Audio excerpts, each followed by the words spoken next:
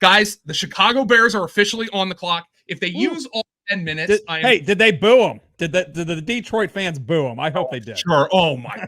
Brett, did the Detroit fans boo the Chicago Bears coming on the clock? Sure. We hate Roger. Okay, good. There's the pink phone case and the pink nails, guys. I have zero opinion on that whatsoever. I don't really care. You want to hear my comp for Caleb Williams? I came up with it today. I love it. If OBJ was a quarterback, that's like my nightmare scenario comp, or like at least how like boomer front office people are imagining him, which is the worst position to be in OBJ. Like wide receiver is like the most forgiving for that. I mean, OBJ I know was nothing awesome about him. I'm just like, I know what the perception is. I OBJ was awesome for a number of years, and then he wore out. He was also a headache, and like the New York fans, really soured on him quickly.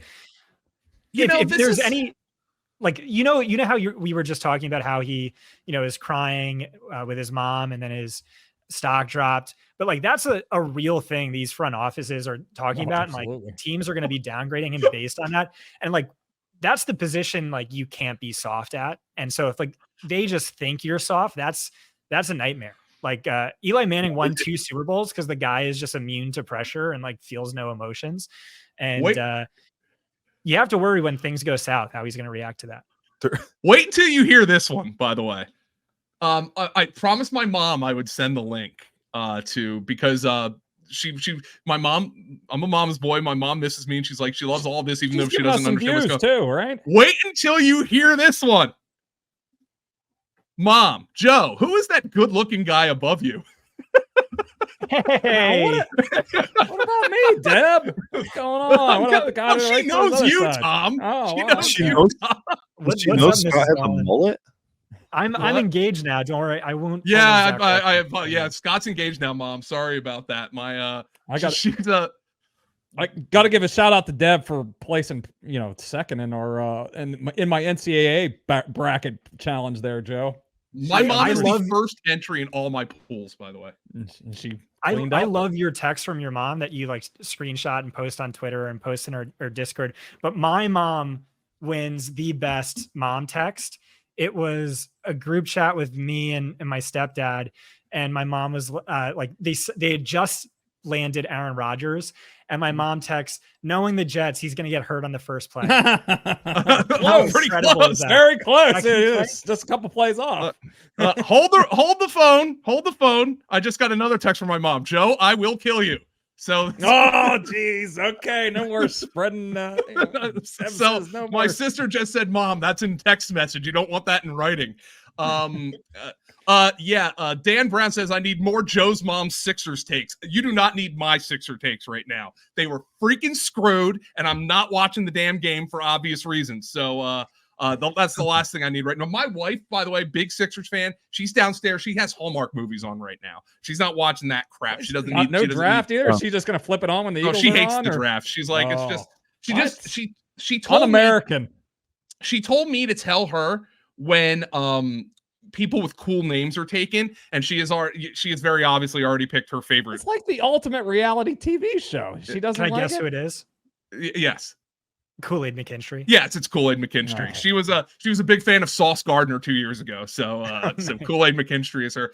Brett wrote in his Kool-Aid McKinstry breakdown that his nickname should be Forced Incompletion, and I had to clarify that Kool-Aid's probably a cooler nickname than Forced Incompletion.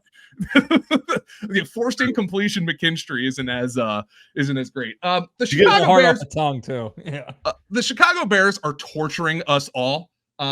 They're still on the clock. They're irrelevant, Joe. They got to take all the time they need. Oh well, at least the pick was tipped to me. I guess they technically haven't announced on TV yet, but these highlights of Caleb Williams are showing are cracking me up because they're all of them. They're like him holding the ball for 6-7 seconds, him scrambling when he's got a guy running wide open in front of his face. Just freaking you couldn't do it better than ESPN's doing it right now with these highlights. Here's the narrative on Caleb too. I was watching Mel Kiper with Daniel Jeremiah and Ryan Russillo, and Russillo said, like, it just blows my mind these people criticizing Caleb because they show a play and they're trying to say, oh, he did something wrong here. But then it's like this incredible play where they score a touchdown, and like that's Daniel Jeremiah was like, yeah. But like I immediately was like, this is literally what I said about Justin Fields when we watched Justin Fields together. Yeah. I think just Caleb's a better processor than Fields, Brett. Yeah. I mean, he's better than Fields for sure, but there's concerns that. What, you think he's a worse processor? Yes, Justin Fields actually wasn't when he was coming out. He didn't do all this off-schedule crap. His biggest issue was that he locked onto his number one receiver. Like he couldn't come off, so he forced the ball at a ridiculous rate. Sorry, no, you go ahead. This brings me to a conversation that I always remember having with Greg Cosell. And his question was, if a player, let's say and obviously Mahomes we know he's different now, but like if a player doesn't see his first read come wide ass open, runs around for 5 seconds, and then hits a guy 50 yards down the field, what does the coach say? Does he say you missed your first read, or does he go to the sideline and say, hey, that was a hell of a play? Like, on the sideline, he says that was a hell of a play. In the film room, he says, bro, you got it. But what if he is able to keep doing it? And I understand that's an outlier. But when I remember breaking down Patrick Mahomes, before he came out, the thing was, if you bet on Patrick Mahomes, you're betting on him to be a Brett Favre-like outlier. And he's become better than Brett Favre. Like it's like, I don't know. It's weird to me.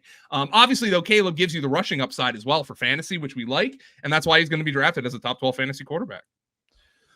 Yeah. So that's what we call that is, bad process, good result. Mm-hmm. And the thing about Mahomes and why they're not even close to the same is Mahomes is also elite in structure. Mm-hmm. Yeah, the pick is in, folks. Yeah, Caleb was drafted. Caleb Williams is walking to the stage right now, so he is a Chicago Bear. The Chicago Bears guys have used 3 of their last 5 first-round picks on a quarterback. Wow, solid. That's pretty wild. I'm getting Trubisky, Fields, and Caleb. I guess one of these years they'll get it right. Eberflus wasn't the coach when they picked Fields, right? Didn't they can him? It was Nagy. It was Nagy. Nagy was. Yeah. Okay. So yeah, Costco, you said was higher on I remember Eric Galko was really high on Patrick Costco Mahomes. And I both had Mahomes as our QB1 that year. Yeah. What were like the concerns? Brett, what were the concerns on him? 1, the concerns you had, and then 2, the concerns you heard everyone else say. For Mahomes? Yeah. He wasn't a competitive guy, didn't win at a high level. There was a lot of this, like the Texas Tech offense was a little gimmicky for sure. I heard sloppy footwork, but I don't know if you saw that. Yeah, he still has pretty sloppy footwork. So it doesn't seem to matter with him though, right? No. So why does it matter with Drake May? Because he's not an outlier. Because Drake May misses because of his footwork. Mahomes doesn't miss because of his footwork. Yeah, Mahomes has like that Scotty Scheffler, like I don't know, like the weird ass footwork, and somehow he just hits the fairway all the time.